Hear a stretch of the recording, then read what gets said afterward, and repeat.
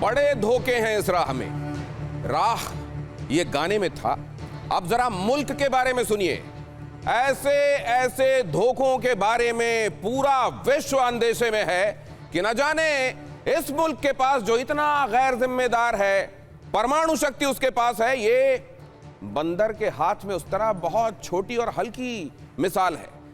परमाणु हथियार उसके पास जिससे ज्यादा गैर जिम्मेदाराना देश कोई नहीं, जिसके बारे में तमाम बड़ी ताकतें कहती हैं वो मुल्क नहीं है। वहां तो जो लोग शासन कर रहे हैं वो जुंटा हैं। अब ये जुंटा क्या होता है, ये सब आज की अड़ी में होगा। बताऊंगा आपको किसके बारे में बात हो रही है और क्यों हो रही है, लेकिन पहले ये खबर देख लीजिए। पाकिस्तान को लेकर बहुत बड़ा रेवलेशन है, बहुत बड़ा रेवलेशन।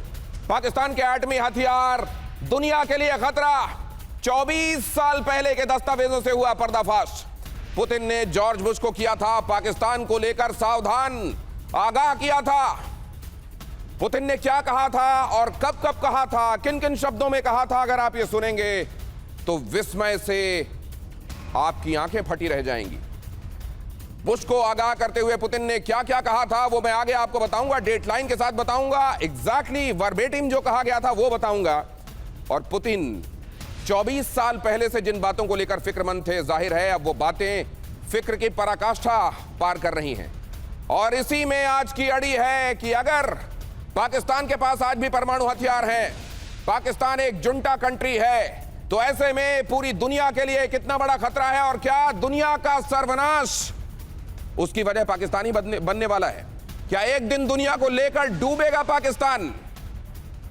क्या पूरी दुनिया के लिए भस्मासुर बनने वाला है पाकिस्तान? या असल में वो भस्मासुर की भूमिका में बहुत पहले से है, लेकिन उसका कल्मिनेट होना, उसका उन्वान पर पहुंचना, उसका चरम तक जाना अभी बाकी है।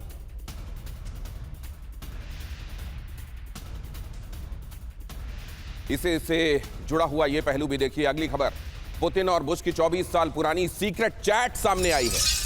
पुतिन और बुश ने पाकिस्तान पर चिंता जाहिर की थी। पुतिन ने परमाणु हथियारों पर चिंता जाहिर की थी। पुतिन बुश की बातचीत के ट्रांसक्रिप्ट 24 साल बाद जारी हुए हैं। ये क्लासिफाइड ट्रांसक्रिप्ट जो अब दुनिया के सामने आई है, ये बहुत बहुत गंभीर बातों का इसमें लेखा जोखा है आने वाले दिनों के लिए। अब ये 24 साल पुरानी बात है, तो जाहिर है वो अंदेशे जब पुतिन ने उस समय जाहिर किए थे, आज वो बड़ा रूप लेते जा रहे हैं। 2001 से 2008 तक की बातचीत के ट्रांसक्रिप्ट जारी किए गए हैं और उसी ट्रांसक्रिप्ट का हिस्सा इस तरफ आप जब ये ब्रेकिंग न्यूज देख रहे हैं, आपकी स्क्रीन में जो इस समय थोड़ा मैग्नीफाई करके जिन लाइनों को हम दिखा रहे हैं, हालांकि उस समय भी एलिजिबल नहीं है, आपके लिए पढ़ना उतना आसान नहीं होगा, इसलिए मैं केवल आपको इस समय वो दस्तावेज दिखा रहा हूं, उसकी तस्वीर देख लीजिए और आगे आपको ये बताऊंगा इसमें क्या क्या कहा गया है। पुतिन ने 2001 में पाकिस्तान को लेकर आगाह किया था। पुतिन ने तभी कह दिया था कि इस देश से सावधान रहो, पाकिस्तान के पास परमाणु हथियार है। पुतिन ने कहा पाकिस्तान एक सैन्य शासन वाला देश है, यानी जुंटा है। पुतिन ने इसे जुंटा पुकारा था। जुंटा अगर आप देखेंगे तो ये स्पेनिश का एक शब्द है और जुंटा के अगर आप देखेंगे इंटरनेशनल पार्लेंस में या अगर आप इसके अंग्रेजी में निहितार्थ देखेंगे तो इसका मतलब होता है कि किसी देश में जब सेना का एक समझ लीजिए उसकी एक टुकड़ी या उसका एक वर्ग वहां की लोकतांत्रिक तरीके से चुनी हुई सत्ता को अपदस्थ करके, उसको कूक करके, उसका तख्ता पलट करके उसकी जगह खुद उस सिंहासन में बैठ जाती है, तो उसे जुंटा कहा जाता है। तो पुतिन ने उस वक्त इस शब्द का इस्तेमाल किया था, कहा था पाकिस्तान जुंटा कंट्री है, पाकिस्तान लोकतांत्रिक देश नहीं है। पुतिन ने कहा था पश्चिमी देश पाकिस्तान की आलोचना क्यों नहीं करते, पुतिन ने इस बात को भी रेखांकित किया था। जॉर्ज बुश से यह बात हो रही थी तो जाहिर है निशाना जॉर्ज बुश की तरफ भी था। अमेरिका की गोद में पाकिस्तान सूटेबिलिटी के हिसाब से बैठता रहा है और उतरता रहा है। अमेरिका ने गुड टेररिज्म और बैड टेररिज्म का बीच बीच में फर्क किया है। कभी अपनी पॉलिसी को लागू करने के लिए, खास तौर से इस एशियन सब कॉन्टिनेंट में, उसने पाकिस्तान को गलत तरीके से ताकत दी है, शय दी है, प्रश्रय दिया है और इसका नुकसान सब कॉन्टिनेंट ने ही नहीं पूरी दुनिया ने अलग अलग तरीके से उठाया है। और इस समय, ये जिस समय की आप ये तस्वीरें देख रहे हैं, पुतिन ने जब जॉर्ज डब्ल्यू बुश से बात की थी तो इस बात को लेकर चेतावनी दी थी कि क्यों पश्चिमी देश इस बात को लेकर फिक्रमंद नहीं है, क्यों पश्चिमी देश इस बात को लेकर पाकिस्तान की आलोचना नहीं करते कि वहां परमाणु हथियार, आप जानते हैं, पूरी दुनिया को विनाश के कगार में ले जाने वाले हथियार हैं, विनाश के गड्ढे में ढकेल देने वाले हथियार हैं, कगार भी नहीं। और ऐसे में पाकिस्तान जैसी ताकत के पास इसका होना, जहां पर असल में एनार्की है, वहां किसी तरह का शासन नहीं है, और सबसे बड़ी बात यह है कि वहां का शासन असल में आतंकवादियों के हाथ में है। अगली खबर देखिए, दोनों नेता पाकिस्तान के हाल को लेकर चिंतित थे। दोनों नेताओं ने इस पर चिंता जाहिर की थी। जब पुतिन ने आगाह किया तो खुद जॉर्ज बुश ने भी इसमें फिक्र अपनी जाहिर की थी। परमाणु कमांड सिस्टम को लेकर चिंता जताई थी। परमाणु तकनीक गलत हाथों में जाने का डर था। बातचीत के डीक्लासिफाई हुए दस्तावेज अब सामने आए हैं। अमेरिका की नेशनल सिक्योरिटी आर्काइव ने जारी किए हैं दस्तावेज।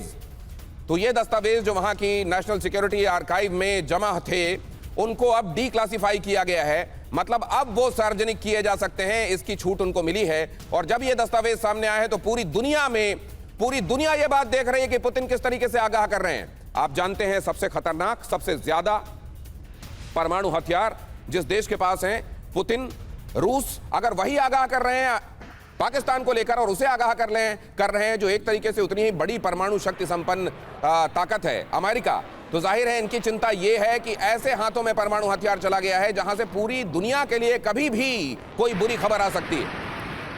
तो ये जो आप खबरें देख रहे हैं, इनके निहितार्थ आज के पार्लेंस में हम समझने की कोशिश करेंगे कि अगर 2001 से 2008 के बीच में पुतिन के बीच में और जॉर्ज डब्ल्यू बुश के बीच में बातचीत हुई थी, तो क्या वो खतरे अब कम हो गए हैं, या वो खतरे तब असल में उग रहे थे और अब वो खतरे बहुत बड़े हो गए हैं। पुतिन बुश की बातचीत में ईरान का जिक्र भी आया है। अगली खबर देखिए, पुतिन और बुश की इस बातचीत में ईरान का भी जिक्र है। ईरान और उत्तर कोरिया तक परमाणु प्रसार का डर इसमें जाहिर किया गया था कि नॉर्थ कोरिया तक यह प्रसार हो जाएगा, यह प्रसार ईरान तक हो जाएगा, और यह किसके बूते हो जाएगा? उस रोक कंट्री के बूते हो जाएगा जिसने खुद परमाणु तकनीक चोरी से हासिल की। AQ खान का आगे जिक्र आएगा, कैसे चोरी से उन्होंने असल में कहीं पर उनको कुछ दस्तावेज जिनको ट्रांसलेट करना था, ट्रांसलेशन के बजाय वहां से उन्होंने चोरी कर ली थी तकनीक। अपने देश में आकर उन्होंने हथियार बनाए, अपने देश में बनाए। और आपने देखा है ना, अक्सर चोर जो होते हैं वो चोरी का सामान लेकर किसी चोर बाजार में ले जाकर बेच देते हैं। उसी तरीके से तकनीक चुराई गई, AQ खान ने इसको चुराया और फिर कैसे इसको वर्ल्ड ओवर खतरनाक ताकतों के हाथ में बेचने का एक क्रम शुरू किया था, जिसको फिर उजागर किया गया, वो भी आगे आपको बताऊंगा। ईरान की परमाणु गतिविधियों में पाकिस्तान की भूमिका संभव, 2005 से बातचीत में पुतिन ने जताई थी आशंका। सितंबर 2005 में व्हाइट हाउस में हुई थी यह बैठक। 2005 में व्हाइट हाउस में बैठक।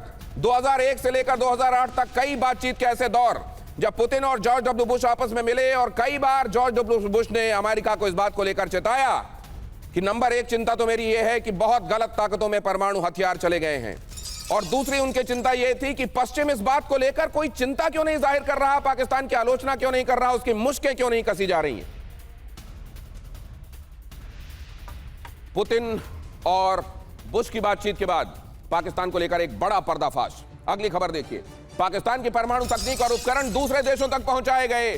चोरी छिपे पाकिस्तान ने परमाणु तकनीक ट्रांसफर की। AQ खान नेटवर्क के जरिए दूसरे देशों तक ये तकनीक पहुंचाई गई। गुप्त नेटवर्क के केंद्र में पाकिस्तान के वैज्ञानिक AQ खान थे।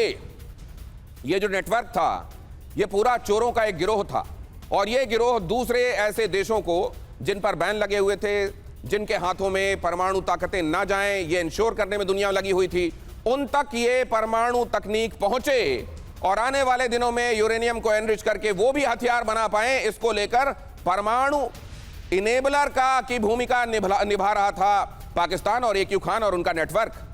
लेकिन आखिरकार ये पकड़े गए थे। AQ खान ने क्या किया था जरा वो भी देखिए। AQ खान ने अहम जानकारी दूसरे देशों को भेजी थी। लीबिया को भी बेचा था सेंट्रीफ्यूज टेक्निक, जिससे यूरेनियम एनरिच किया जाता है, और इतना एनरिच किया जाता है कि फिर उससे आखिरकार परमाणु हथियार बनाया जा सके।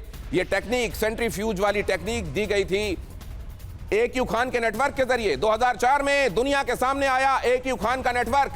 2004 में इसका पर्दाफाश होना शुरू हुआ था कि AQ खान खुद अपने देश में तो परमाणु हथियार बना ही चुके हैं, अब ये दूसरे देशों को और ऐसे गलत देशों को जिनके यहां एक स्टेट के तौर पर रिस्पॉन्सिबिलिटी की खासी कमी है, या वहां के स्टेट क्राफ्ट को लेकर हमेशा संशय रहा है, वहां क्यों जा रही है ये परमाणु टेक्निक। जब ये पता चला तो पता चला कि असल में ये AQ खान का नेटवर्क है। AQ खान ने टीवी पर आकर अपनी गलती स्वीकारी थी, फिर वो जेल गए और कौम के हीरो को फिर जेल में ही लोगों ने मरता हुआ देखा।